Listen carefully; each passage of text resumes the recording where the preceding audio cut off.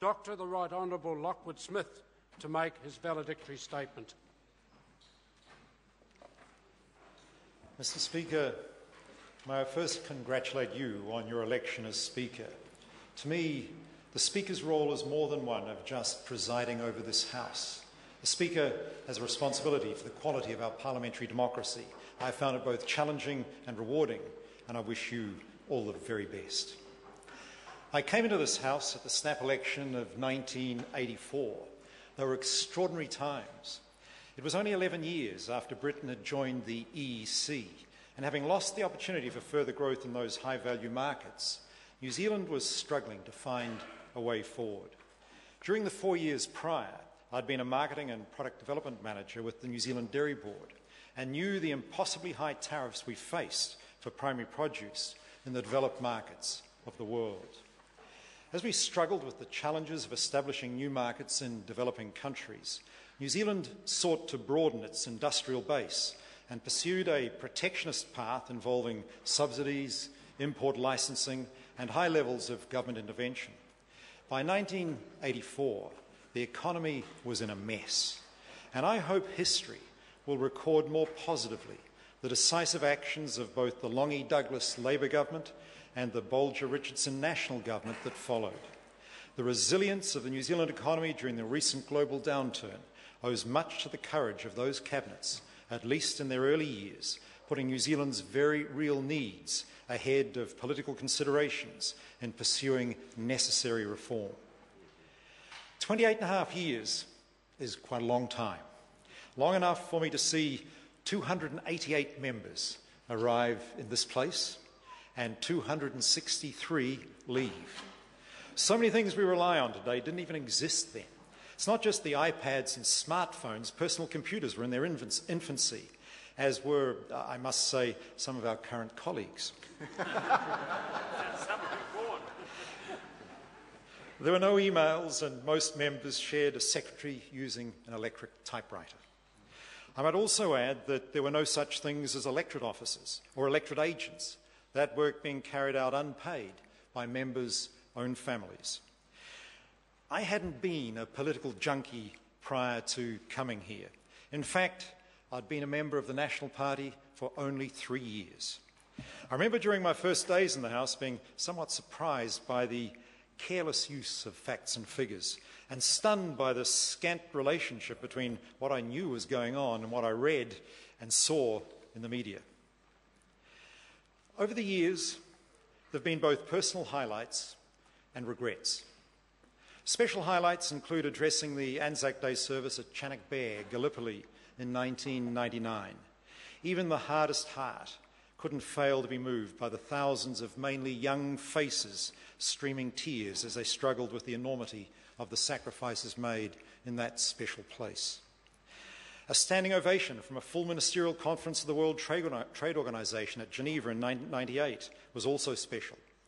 Whether it was because I spoke for only 3 minutes, when most ministers read interminable speeches written by officials, or whether it was what I said, I'll never know. But it was the only standing ovation I ever saw recorded a fellow trade minister, and it stood me in good stead as I went on to chair the APEC trade ministers in 1999. And of course, the most special highlight was to finally marry the love of my university days, Alexandra, in the Legislative Council chamber in 2009. We'd been apart for 20 years and re-met purely by chance. Regrets that have lingered include my voting against the Homosexual Law Reform Bill in 1986. I faced the classic dilemma of voting according to my own judgment or the opinion of those I'd been elected to represent. As a new member, I opted for the latter, and I've always regretted it. Edmund Burke was right. As a former Commonwealth scholar in science, I've often regretted that I never got involved in that area during my time here. Science and technology have been so crucial to the advancement of human well-being, yet scientists are a rare breed in politics. Internationally, there's something of a disconnect between the two. In politics, for example, green is the claimed colour of sustainability. Yet in science, the very reason we perceive plants to be green is that they reflect green light. They can't use it. It's red and blue light that sustain most of our living world.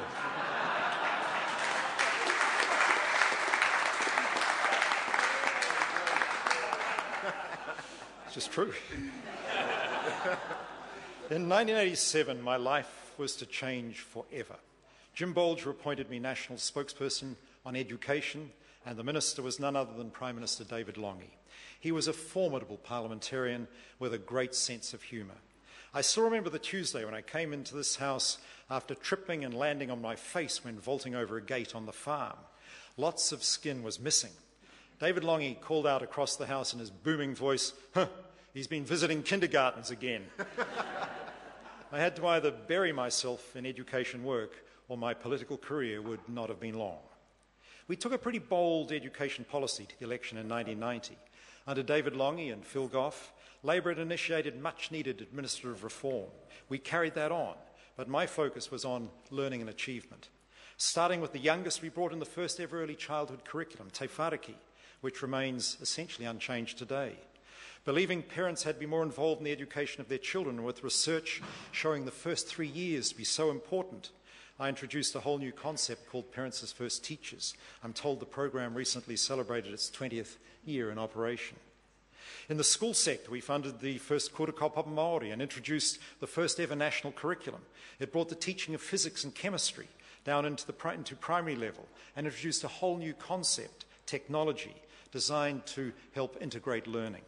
In hindsight, I think it was asking the impossible of teachers. With a new curriculum, professional development is so important, and we simply didn't have enough money to fund it adequately. At the tertiary level, polytechnics were liberated from the shackles of central bureaucracy, and private training establishments, including the first Māori tertiary institutions, were funded on an equitable basis for the first time. And yes, I confess to being the architect of both the student loan scheme and means-tested student allowances.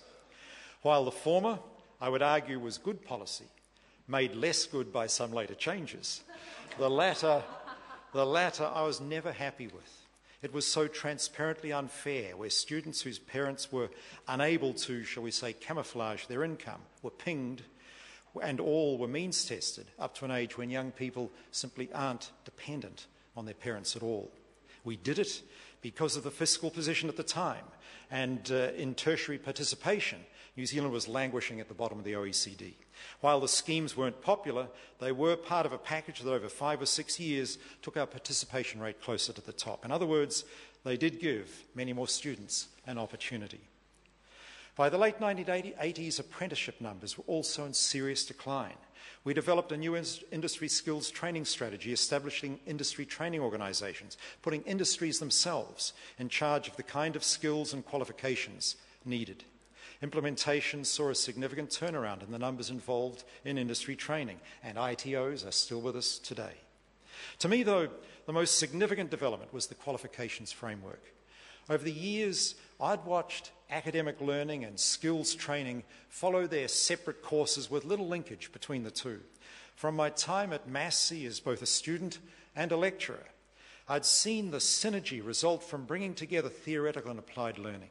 I really believed that if we could break down that old divide, not just between the qualifications, but also between the institutions delivering the courses, we could facilitate the learning of so many more students. I dreamed of a seamless education system where students could pursue their learning via a multitude of pathways, their hunger for greater theoretical knowledge driven from the challenges experienced in developing their skills in practical areas of interest. I think it's fair to say the qualifications framework is now well embedded into our senior secondary, tertiary and industry training systems. But to me, it's only starting to deliver its full potential. With the explosion in knowledge, I wanted to see motivated students well into their first tertiary qualification or partway through an apprenticeship type program before they completed their secondary years. And it's great that's starting to happen. After almost 6 years of ongoing reform, one could almost hear the sigh of relief from the sector when I was moved on to agriculture and deputy finance roles. However, just as in education, some institutional arrangements in agriculture were also overdue for reform. It was obvious that the producer boards couldn't continue as they were. I well remember the first meeting I had with dairy farmers in Whangarei, when I outlined the principles of reform that were to lead ultimately to the formation of Fonterra. Fortunately, my own involvement with the Dairy Board prior to entering Parliament gave me some credibility, but it'd be fair to say the Northland dairy farmers weren't convinced. While I might have initiated the producer board reforms, I give full credit to my successors John Luxton and Jim Sutton for carrying those reforms through. Being Deputy Finance Minister included the privilege of working with Sir William Birch. I learned more from working with Bill about how to be an effective minister than from almost any other source. He had the political instinct to know what was possible, a remarkable commitment to getting on top of detail, and the ability to mould officials from disparate government agencies into a cohesive force to make things happen. But some of my most interesting years followed my appointment as International Trade Minister in 1996. I was fortunate. My predecessors, Mike Moore and Philip Burden, had built bipartisan support for trade liberalisation. Strategically, we approached it at a number of levels. Regionally, we wanted to get ASEAN, that's the Association of Southeast Asian Nations, linked up into CER in a free trade deal. I still remember the day in Singapore when George Yeo, the Singapore Trade Minister, and I, the main promoters of the concept, obtained the agreement for the establishment of a working group to scope the benefits and challenges of such a deal. It was the day Beryl called me to tell me my mother had been found on the floor of our home with a brain hemorrhage. But I couldn't leave Singapore until I was satisfied the after-CER concept was safely underway. In 1999, New Zealand chaired APEC. One of our key goals was to try and get APEC trade ministers and leaders to agree to the abolition of export subsidies for the next trade round at the WTO. In the build-up, I visited all APEC trade ministers. Amazingly, we achieved that agreement at APEC, but sadly, 13 years later, the WTO has made very little progress. At the same time, I was actually working on an even more exciting project. Based on the belief in the power of trade and economic integration to bring stability and sustained peace, a project codenamed P5 aimed to link the Americas across the Pacific into Southeast Asia via Australia and New Zealand. To me, it was important for the sustained economic stability of the Asia-Pacific region and a chance to bring some real momentum to APEC's flagging Bogor goals of free and open trade. It wasn't originally my idea. The concept was suggested by US Trade Ambassador Charlene Barshevsky, but because of my particular involvement with APEC trade ministers at the time, it was decided that I should promote it. It was called P5 because it involved 5 countries: the United States, Chile, Singapore, Australia and New Zealand. I'd obtained the support of 4 of those. And while President Bill Clinton was in New Zealand with APEC leaders in 1999, the question was put to him at a meeting with cabinet ministers in Christchurch whether he would endorse the project. He responded very positively, saying that he would return to Washington to sort out what was needed to do it and get back to us. After a few weeks of hearing nothing, I went to Washington to meet with President Clinton's chief of staff. I was told time had run out in that presidential term and that Congress could only cope with one major trade issue at a time anyhow. Then it was permanent most favoured nation treatment for China, China having just acceded to the World Trade Organization. Having been the first trade minister in the world to sign China up to the WTO, I could hardly complain about that. Hopefully, the loss of P5 has been more than compensated for by New Zealand being the first developed country to negotiate a free trade agreement with China, something that may not have happened had New Zealand not played such a prominent role in China's WTO accession. With P5 going nowhere at the time, I decided to try and start somewhere and initiated a free trade agreement with Singapore. George Yeo and I both realised there were no real trade benefits in such an agreement. The idea was to create a 21st century model that other countries could then be encouraged to join. The last Labour government completed that Singapore trade deal, and through it has been born the Trans-Pacific Partnership, now achieving exactly what I once envisaged with P5. My trade minister's life ended with chairing one of the 4 main working groups at the WTO as it attempted in Seattle to launch what's become known as the Doha Round. That too was an amazing experience for all the wrong reasons. Massive protests by the anti-trade movement meant dodging tear gas just to get to the conference centre. Despite working 48 hours non-stop in the green room towards the end of negotiations, it was an abject failure. Yet interestingly, not for the reasons shown in the movie The Battle for Seattle. That was pure fiction. While all that was going on, I was also Minister of Tourism, and I'm chuffed that the 100% Pure campaign that we initiated way back in '99 still seems relevant today. It was always intended to have a wider application than simply our beautiful environment. And so, as I reflect on those 9 years in Cabinet, I'm reminded of a small verse my father once shared with me when I had to write an essay for homework, my first at secondary school, entitled My Ambition. Dad said his father had once quoted him the lines, "We're here for a brief, brief space, but while I stay, I should like, if I may, to brighten and better the place." I just hope something in those 9 years might have helped do a little bit of that. In a long political career, if there are successes, there are also some failures. I had a bill in the ballot for private members' bills for at least 6 years. The Land Transport Left-Hand Law Amendment Bill languished forever, whilst I watched some members have their bills drawn out within weeks. I must have been jinxed. Not many would know I put 7 years' work into a project to redevelop New Zealand's income tax benefit and tax credit systems. The work started on trying to find a way around the massive churning involved in employers deducting PAYE only for the government to pay it all back to some employees in family tax credits. My research unravelling that interface soon got into the challenging area of effective marginal tax rates. At the time, a single parent with 3 dependent children seeking to work their way off the domestic purposes benefit and trying to get from $10,000 of earned income a year to $25,000 would have had to work an extra 20 hours a week at $15 an hour, say.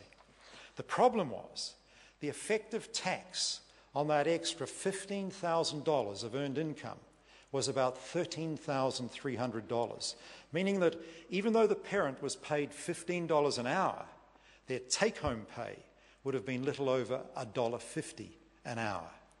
Now, things have improved somewhat since then, but high effective marginal tax rates still remain a significant disincentive for many people. I developed a model that completely integrated those 3 components: income tax, benefits, and family tax credits. A model that had tax-free zones for low-income earners only, managed and declining effective marginal tax rates until a flat top tax rate was reached and all family configurations covered. I was invited to present the work to a round table of tax experts in Melbourne. The Centre for Independent Studies in Australia asked me to prepare a paper for them to publish. At the last minute, it was pulled for fear it might be seen as official National Party policy, and it wasn't. 7 years' work, and even if I do say so myself, some pretty good ideas that could perhaps have gained me another PhD had it been done in a university environment, now no more than spam. I can't even claim it made the trash bin of political history, but that's politics, where you take success and failure on the chin. Another failure I'm less proud of, though, was my failure to successfully help a former constituent with a grievance with the Commerce Commission, despite a 17-year battle on his behalf. It all related to Commerce Commission Decision 172 to allow in 1986 the merger of Wrightson and Dalgety, a merger the Commission argued was only permitted because of the conditions they were imposing.